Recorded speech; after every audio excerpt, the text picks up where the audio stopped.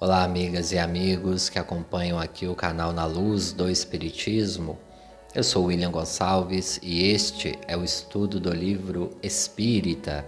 Estamos estudando o livro Os Mensageiros, a psicografia de Francisco Cândido Xavier, pelo espírito André Luiz, a editora é a FEB.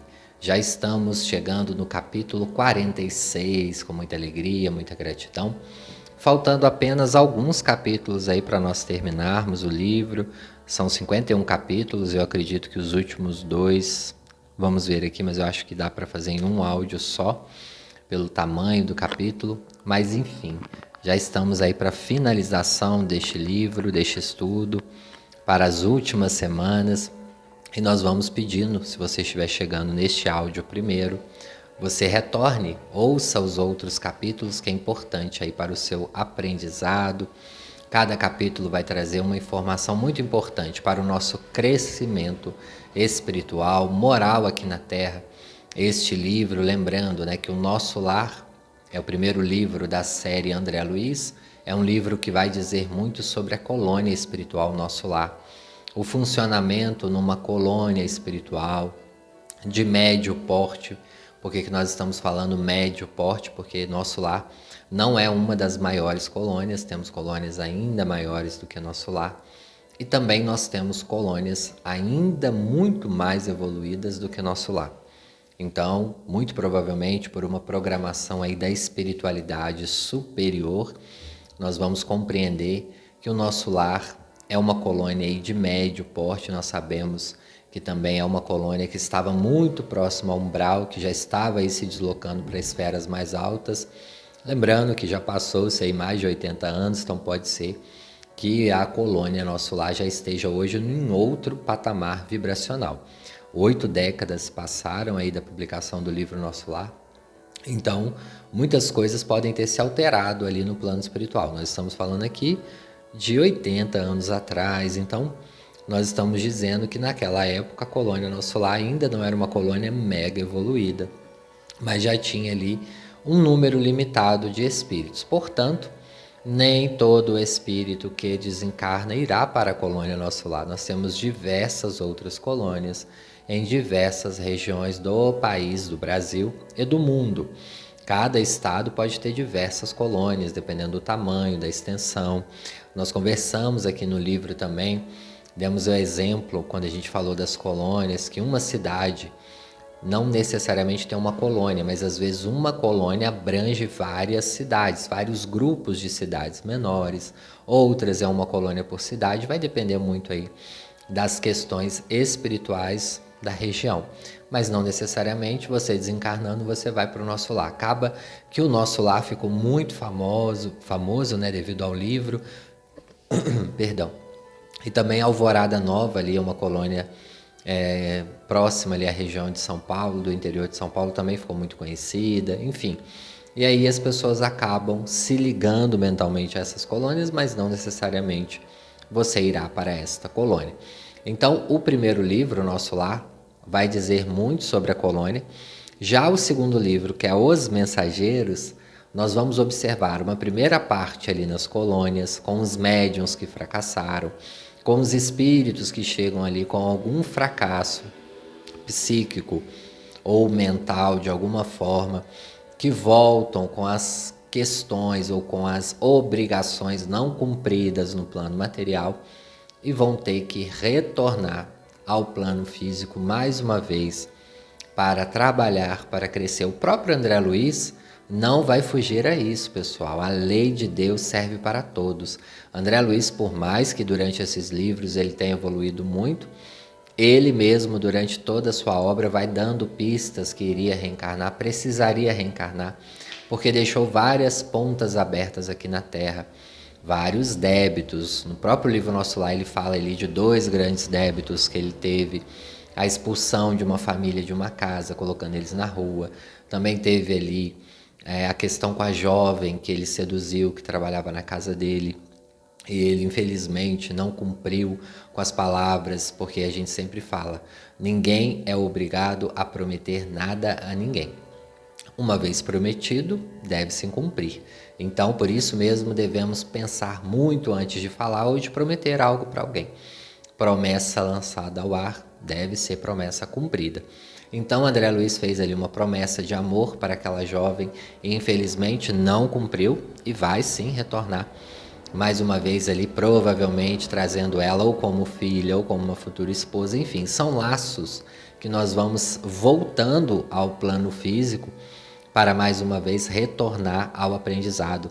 Lembrando que ali no livro Nosso Lar, ela está quase que na inconsciência, ela não lembrava de André Luiz, mas ela narrava o fato. Narrava o fato de um jovem que era muito rico, uma condição financeira muito boa, que a enfeitiçou, entre aspas, né? A seduziu ali, prometendo mundos e fundos, e infelizmente ele acabou não cumprindo com seu papel.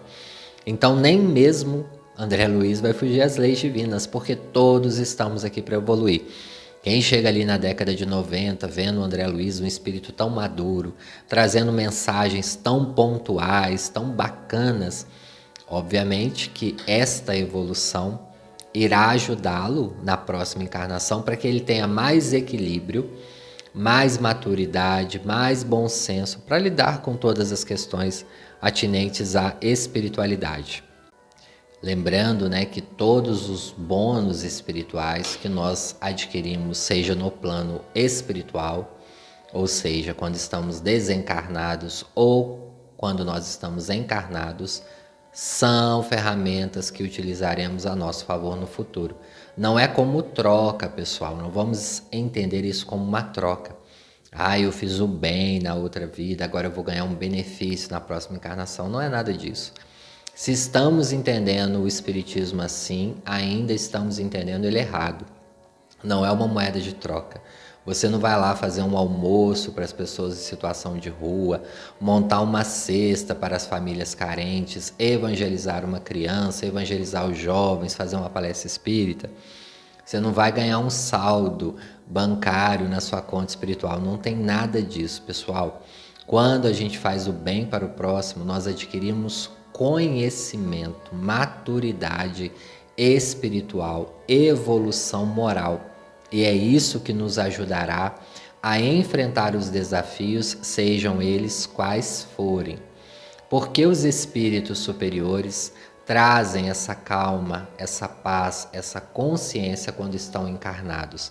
Que mesmo com todas as adversidades, com todas as provações, eles conseguem superar, atravessar esses momentos de angústia e somente fluir com as próprias vidas.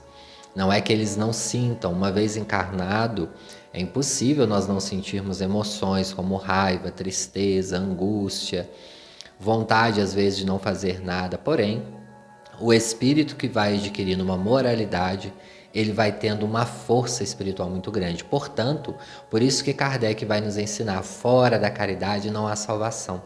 Que salvação é essa? A salvação de nós mesmos, da nossa ligação com o divino, com o plano espiritual superior. Falávamos aqui no Evangelho no Lar, no domingo, sobre a nossa conexão com Deus. Somente teremos paz perfeita quando aprendermos e de fato nos conectarmos com Deus em intensidade. Enquanto nós ainda olharmos as moedas de troca, nós ainda vamos estar estacionados na nossa evolução. Quando Jesus nos fala sobre a questão da viúva que lança sua única moeda e que verdadeiramente ela foi a única que doou naquele dia no templo e tantas outras pessoas fizeram doações de grandes valores, mas ela tinha sido verdadeiramente a única que doou. Por que isso, pessoal? Foi o valor monetário? Não, a moeda ali talvez valesse 50 centavos, trazendo para os dias atuais, R$1 talvez. Não foi o valor, mas sim a intensidade, ou seja, ela não pensou nem duas vezes que ela só tinha aquela moeda. Ela foi e lançou em benefício. Enquanto nós tivermos ainda com a mentalidade da prece, com a troca, nós também estaremos ainda sujeitos a viver as adversidades com angústia. Não que nós não iremos viver as adversidades, nós iremos viver. Porém, com menos angústia quando nós compreendermos isso.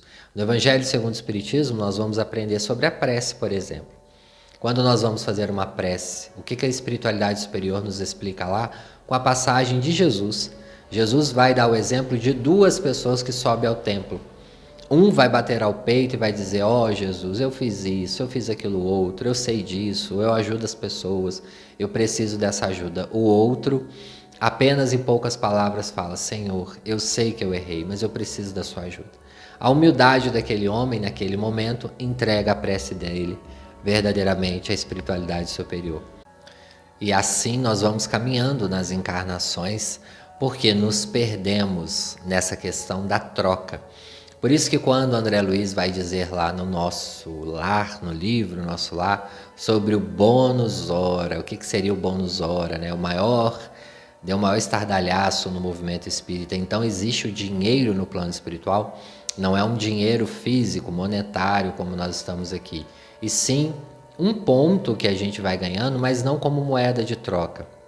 Esse ponto ali, o bônus hora, seria nada mais do que um estímulo para os espíritos trabalharem e também se recuperarem, porque através do trabalho espiritual há um grande aprendizado. Lembrando, pessoal, que a colônia Nosso Lar ainda é uma colônia de transição, ela ainda está recebendo espíritos de diversas camadas espirituais. E muitos ainda trazem esse vício da moeda de troca do plano físico e ainda necessitam. Porém, no Nosso Lar tem uma diferença. Independente da sua profissão, você irá receber um bônus hora por hora, né? E esse benefício é um controle ali que a espiritualidade tem. Mas por que nós estamos falando isso, né, William? Entra direto no capítulo, porque o capítulo hoje é Aprendendo Sempre e ele vai falar muito sobre essas questões das moedas de troca que nós vamos utilizando. Ah, meu Deus, eu estou doente, mas eu vou no centro espírita toda semana, eu faço o evangelho no lar, eu faço a caridade, eu não respondo ninguém, etc, etc, etc. E nós vamos utilizando essas moedas de troca e o capítulo vai trazer isso. Por quê? As pessoas que estão ali, os encarnados, entram para o centro espírita, 90% delas, não podemos falar 100%, nem podemos generalizar, mas 90% ainda voltados com esta moeda de troca, pessoal. E ainda hoje acontece muito isso. Nós dávamos o exemplo, acaba que este capítulo casa com o capítulo anterior, que nós estávamos falando no 45, daquele irmão que queria fenômenos materiais, ele queria ver os espíritos, e ali criticando, trazendo a ciência muito arduamente. E nós também, né, muitas das vezes nós entramos no centro espírita e quando as coisas não acontecem na nossa vida, nós falávamos até de uma pessoa que comentou lá, né, que o centro espírita não oferece nada para os jovens, nada financeiro, como se o espiritismo fosse um balcão ali de pedir as recompensas espirituais. Então esqueça disso, pessoal. Se vocês estão em busca disso, sinto muito em lhes formar, vocês estão na religião errada. Pode ser que nesta encarnação vocês não consigam pensar dessa forma e está tudo bem.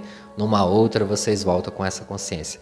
Para os que já estão compreendendo que para os trabalhadores espíritas não se tem benefícios. O único benefício, Chico Xavier falava lá com o nosso querido gigante deitado, nosso Jerônimo Mendonça, e para tantos outros que buscavam o Chico, aqui mesmo em Leopoldina tem a nossa querida Elizabeth Montenari, que estava, né, na última encarnação como uma pessoa com deficiência, tinha grandes dificuldades para se locomover, e com todas as dificuldades, com todas as enfermidades, conseguiu montar 2 centros espíritas, um inclusive no qual eu trabalho, o Tintino Pires. Também nós temos vários trabalhos de ações sociais, de caridade, de luta que ela fazia.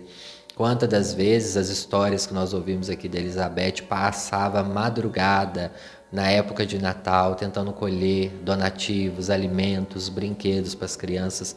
Naquela época não existia telefone, pessoal, então muitas das vezes ela tinha que ir na casa das pessoas, outras das vezes ela conseguia ligar.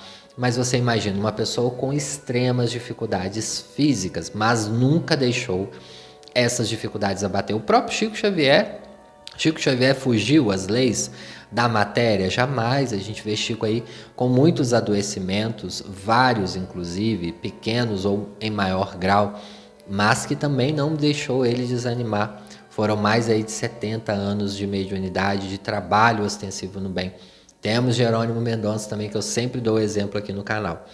Quando Jerônimo Mendonça chegava lá para o Chico e falava: Chico, Chico, eu estou morrendo, eu devo morrer em uma semana. E Chico ria com ele e falava: meu filho, o seu fio está muito fino, porém, se você trabalhar um pouquinho mais a espiritualidade, engrossa o seu fio.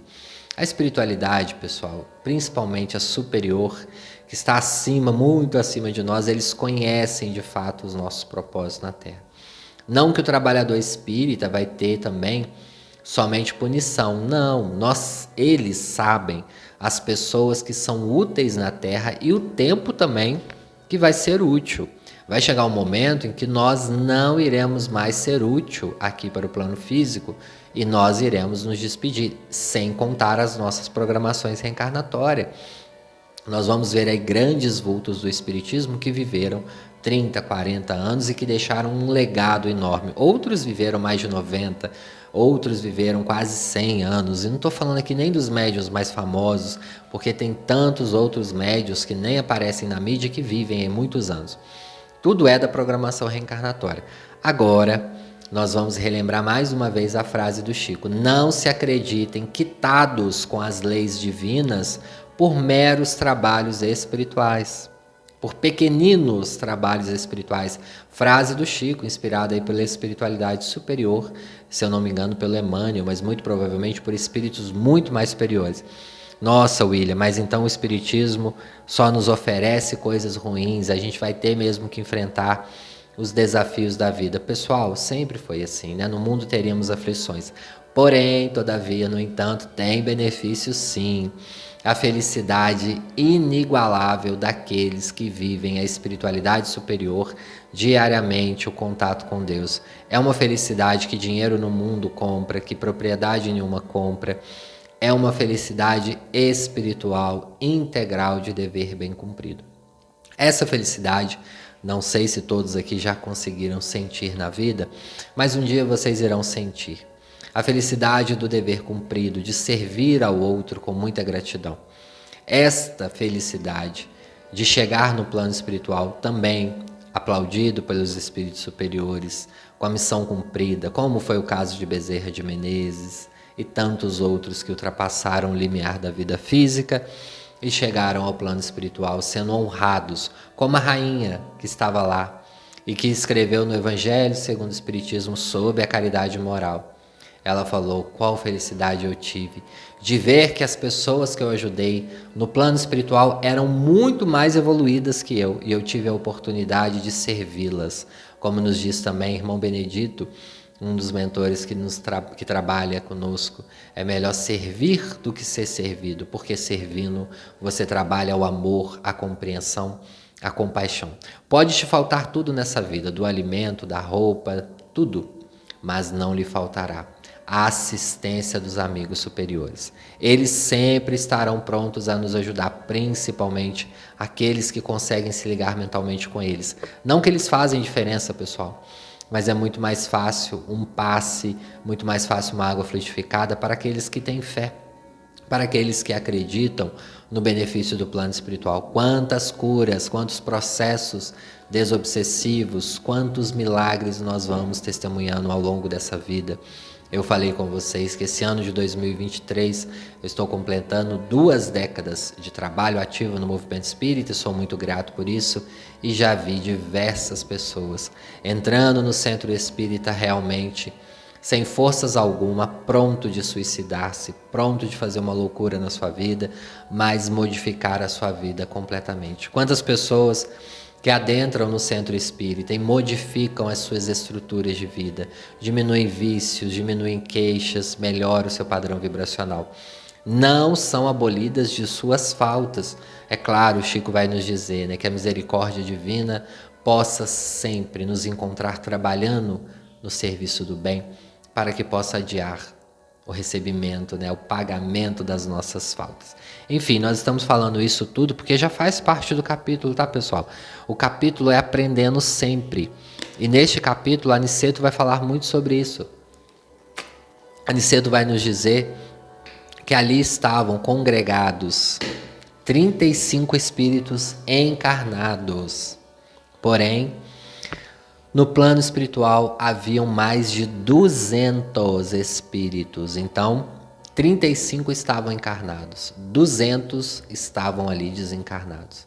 Olha só, pessoal, 4, 5 vezes mais, como também aconteceu ali nas reuniões do Chico, quando o Chico ficou sozinho, a Mônica falou com ele: não desista, Chico, nós também precisamos ouvir o Evangelho. Chico naturalmente abria o Evangelho, lia, recebia as intuições, e Chico percebia às vezes 400, 500 pessoas ouvindo o seu Evangelho. Quantas das vezes também nós vamos na casa espírita? Certa vez um amigo estava me falando: nossa, eu cheguei na casa espírita, só estava o presidente do centro e a diretora, e eu, 3 pessoas. E o presidente falou com ele: vá, meu irmão, abra a palestra normalmente. E ele lembrou desse caso, ele estava me contando, um amigo que é palestrante na cidade de Juiz de Fora, e ele fez a palestra lá, 45 minutos de palestra, apenas ele, o presidente do centro e o diretor do centro. Fisicamente estavam apenas os 3, espiritualmente, muito provavelmente, talvez mais de 100, mais de 200, mais de 300 espíritos ali ouvindo as lições evangélicas. E quando temos também muitas pessoas ali, às vezes também temos muito mais espíritos. Por quê? Neste capítulo, Aniceto vai nos dizer que muitas das pessoas, quase todas, levavam no seu campo psíquico espíritos ligados precisando de auxílio. E esse capítulo ele vai tratar muito da questão espiritual e da questão pontual das moedas de troca que às vezes nós chegamos no centro espírita pedindo. Aniceto vai dizer que muitas das coisas que nós entramos ali no centro espírita pedindo auxílio aos médicos espirituais e aos médiuns que ali estão, são coisas que nós já sabemos no nosso campo do inconsciente e do consciente. Por isso que a única resposta que eles têm para nós é silêncio, porque nós sabemos o que temos que fazer e estamos postergando o que nós precisamos de fazer. O próprio André Luiz vai dizer, vai perguntar para Aniceto, né? Nossa, mas não seria ali conveniente responder eles? E Aniceto falou: olha, quando é algo que nós realmente reconhecemos que eles não sabem, nós vamos sim dar uma intuição. E aí essas intuições podem vir de todas as formas. Pode vir na indicação de um livro, pode vir num sonho, pode vir, enfim, numa resposta de um médium. Porém, ele vai dizer que quase todos que ali estão, tanto os encarnados quanto os desencarnados, já sabem o que fazer a respeito das suas próprias vidas espirituais.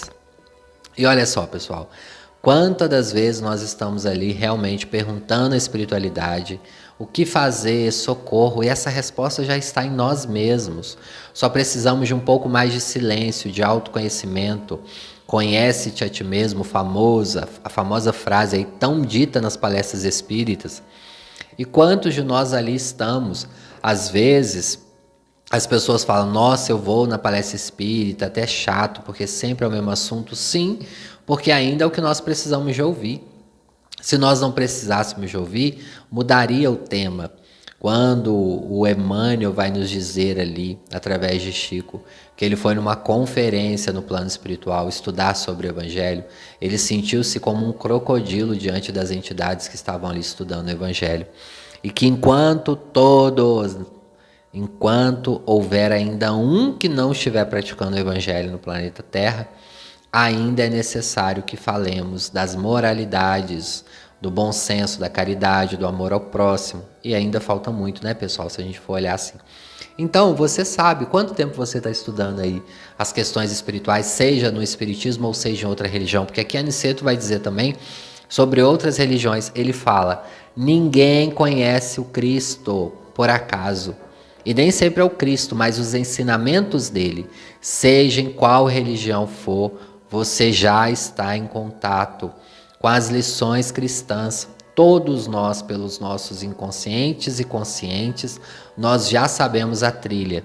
E muitas das vezes nós vamos até a espiritualidade, perguntamos, coisas que nós já sabemos, ouvimos às vezes a mesma resposta de um livro, de um médium e continuamos no erro. Então, isso desgasta muito o plano espiritual, pessoal, porque é uma demanda de energia muito grande. Então, às vezes a pessoa fala: nossa, eu me questiono, eu pergunto a Deus, e eu não ouço a resposta, eu só ouço um vazio, e etc, etc. A gente ouve tantas coisas, e de fato, às vezes, o silêncio é a melhor resposta. O silêncio é uma prece, né, pessoal? Dentro do silêncio das nossas forças, nós vamos aprendendo, reorganizando as nossas forças espirituais. E quantos de nós ainda estamos lá? Porque nós caímos nessas armadilhas. Ah, estou doente, vai no médico, mas também corre lá pro centro espírita. É natural nosso. E aí, quando melhoramos um pouquinho, sumimos. Esquecemos os nossos compromissos que nós assumimos no plano espiritual. Esse livro todo, pessoal, do Os Mensageiros, está falando muito disso, dos compromissos que nós assumimos no plano espiritual e não conseguimos materializar aqui na Terra. Quantos exemplos nós vamos observar no início deste livro e os finais aqui, os finalmentes desse livro, nós vamos observar que Aniceto, André Luiz e Vicente vão contornar, vão trazer muitas questões sobre esse adiamento das nossas responsabilidades. Vicente, que estava escutando tudo isso com interesse, perguntou: no entanto, ousaria lembrar que os que formulam semelhantes pedidos levianamente. Sim, elucidou Aniceto sorrindo, mas nós não poderemos copiar-lhes o impulso. Os desencarnados e os encarnados que ainda abusam das possibilidades do intercâmbio entre as esferas visíveis e invisíveis ao homem comum pagarão alto preço pela invigilância. Olha só, pessoal. Pagarão pelas suas próprias consciências. Então, os que ainda abusam desse contato para coisas fúteis, porque muitos ainda fazem isso. Nós estamos ali num momento de tempo precioso. Quem é médium aqui sabe o desgaste físico, emocional que o médium tem na incorporação. Não é que é negativa a incorporação, mas imagina, o espírito tem que vibrar um pouco mais inferior para conseguir conectar com o médium. O médium tem que se preparar para conseguir entrar em conexão com o espírito mais evoluído. E às vezes aí uma mediunidade, como nos nossos irmãos umbandistas, que às vezes ficam ali 1 hora e 20 incorporado, vai lá, pergunta ao médium umbandista que fica 1 hora e meia incorporado, como eles saem. Desgastados, obviamente que a espiritualidade repõe muitas energias, depois eles tomam ali uma água fluidificada, melhora um pouco seu padrão vibratório, mas é cansativo, sim. E quantos de nós ainda batemos nas portas? Estou dando exemplo aqui da Umbanda, porque a Umbanda é que nós temos uma religião que o pessoal pode ir lá, né, ter o contato direto com o espírito. Então nós temos que ter cuidado com o que nós pedimos ali, com as perguntas que nós fazemos para os espíritos. Vamos focar por quê? Às vezes nós estamos ali fazendo perguntas que nós já sabemos a resposta e que nós já sabemos o caminho a trilhar. Até mesmo no centro espírita, quando nós estamos ali no atendimento fraterno, muitas questões nós já sabemos. Ali, pessoal, é diferente de uma sessão de terapia.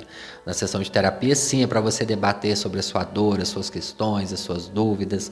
É diferente quando nós estamos em contato ali com o espírito, entre aspas, né, através do médium.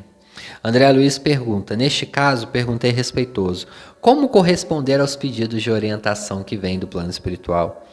E ali, Aniceto vai dizer: alguns raros, esclareceu o nosso orientador, merecem o concurso de nossa elucidação verbal, na hipótese de se referirem aos interesses eternos do espírito, quando isso nos seja possível. Entretanto, quase sempre, olha só, é indispensável nada responder de maneira direta, auxiliando os interessados na pauta de nossos recursos. O que a Aniceto está dizendo aqui? Às vezes a pessoa vai lá, né, chega na frente de um espírito, seja qual religião for, a pessoa fala: nossa, mas o espírito me respondeu vagamente, jogou uma indireta, eu não consegui compreender direto. Isso também é para trabalhar seu raciocínio. Lembrando, pessoal, nós estamos aqui para desenvolver moralidade, raciocínio, compreensão, elevar o nosso padrão espiritual Então, muitas das vezes, vem sim essas mensagens cifradas para desenvolver. A gente quer, né, pessoal, uma resposta completa, como se fosse um WhatsApp aí do plano espiritual, um e-mail, tudo certinho, as orientações. Mas será que a gente conseguiria seguir mesmo assim? Tenho as minhas dúvidas, né? Não é todos aí que conseguiriam. Porque a gente vai no médico, o médico orienta, ou a gente vai no psicólogo, no psiquiatra, a gente vai ali no nutricionista e não consegue. Será que nós conseguiríamos seguir à risca? Talvez não. Então a espiritualidade entende também os nossos desafios, cada um de nós. O próprio Evangelho do nosso Senhor Jesus Cristo, que está aí há quantos mil anos e a gente ainda não consegue executar ele 100%. E olha que tem muita coisa escrita sobre Jesus. Jesus deixou muitas parábolas, muitas coisas indiretas. O próprio Jesus fazia isso quando ele falava ali as parábolas. E muitos dizem que o Sermão do Monte foi um momento glorioso de Jesus, que ele falou de fato direto aos que seguiam ele. Então, como nos diz, muitos espíritos superiores poderiam se perder todos os livros se mantivéssemos o Sermão do Monte, teríamos uma grande bússola para a nossa vida, mas nós não conseguimos executá-lo 100%. Aniceto continua aqui, calou-se por momentos o bondoso instrutor, considerando em seguida interessado em nós e nos subtrair quaisquer dúvidas. Muitas entidades desencarnadas estimam o fornecimento de palpites para as diversas situações de dificuldades terrestres. Mas esses pobres amigos estacionam desastradamente em questões subalternas, incapazes de uma visão mais alta em face dos horizontes infinitos de vida eterna, convertendo-se em meros escravos de mentalidades inferior encarnados na Terra. Olha que forte isso daqui, pessoal. Nos tornamos escravos, dependentes de uma pessoa que conduz a nossa vida. Então não é que seja errado buscar às vezes o auxílio dos espíritos através do médium. Aliás, o espiritismo não nos condena a nada. Agora, quando a gente fica dependente de cada decisão da nossa vida e buscar os espíritos, aí, pessoal, nós já estamos escravos de uma informação exterior. Devo viajar? Não devo. Devo casar? Não devo. Devo ter filhos e não devo, etc, etc. Quando Aniceto vai nos dizer que muito dessas coisas o nosso inconsciente já sabe. Quantos de nós já temos as respostas aí, mas não nos escutamos, temos baixa confiança em nós mesmos. E muitas das vezes negligenciamos a nossa intuição com o nosso mentor. Lembra também que a gente pontuou muito aqui que os mentores não são nossos funcionários, nem seguranças, não estão ali 24 horas por nossa conta. Porém, eles são auxílios quando nós precisamos, sim. Quando nós pedimos uma intuição, pode vir às vezes através dos sonhos. Então vamos ficar atento, pessoal, e menos dependente do outro ou das situações.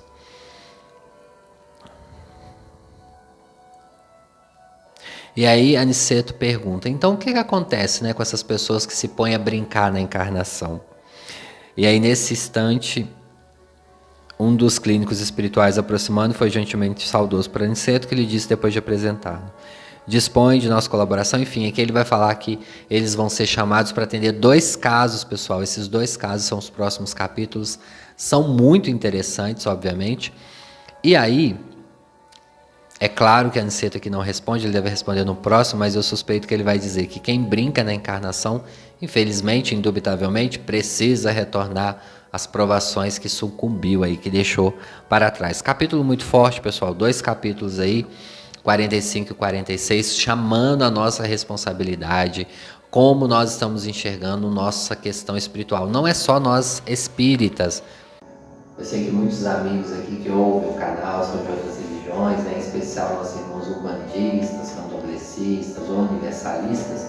Esse puxão de orelha serve para todos nós, de qualquer religião independente, ou se você não tiver religião nenhuma, se você for apenas simpatizante das religiões e frequentar às vezes, também leve esses ensinamentos aí do nosso livro para o seu viver. E também, pessoal, isso serve para a nossa encarnação. Não sermos codependentes do outro encarnado também, dependente do outro de tomar as decisões da nossa própria vida. Você deve ser o protagonista da sua própria vida. Bom, nós vamos encerrando, já estamos chegando a quase 35 minutos. Capítulo de grande aprendizado, a gente quer agradecer a quem chegou até aqui. Nos ajude curtindo, compartilhando, deixe seu comentário para ajudar o vídeo a atingir mais pessoas que têm interesse no estudo do livro espírita. Fiquem com Deus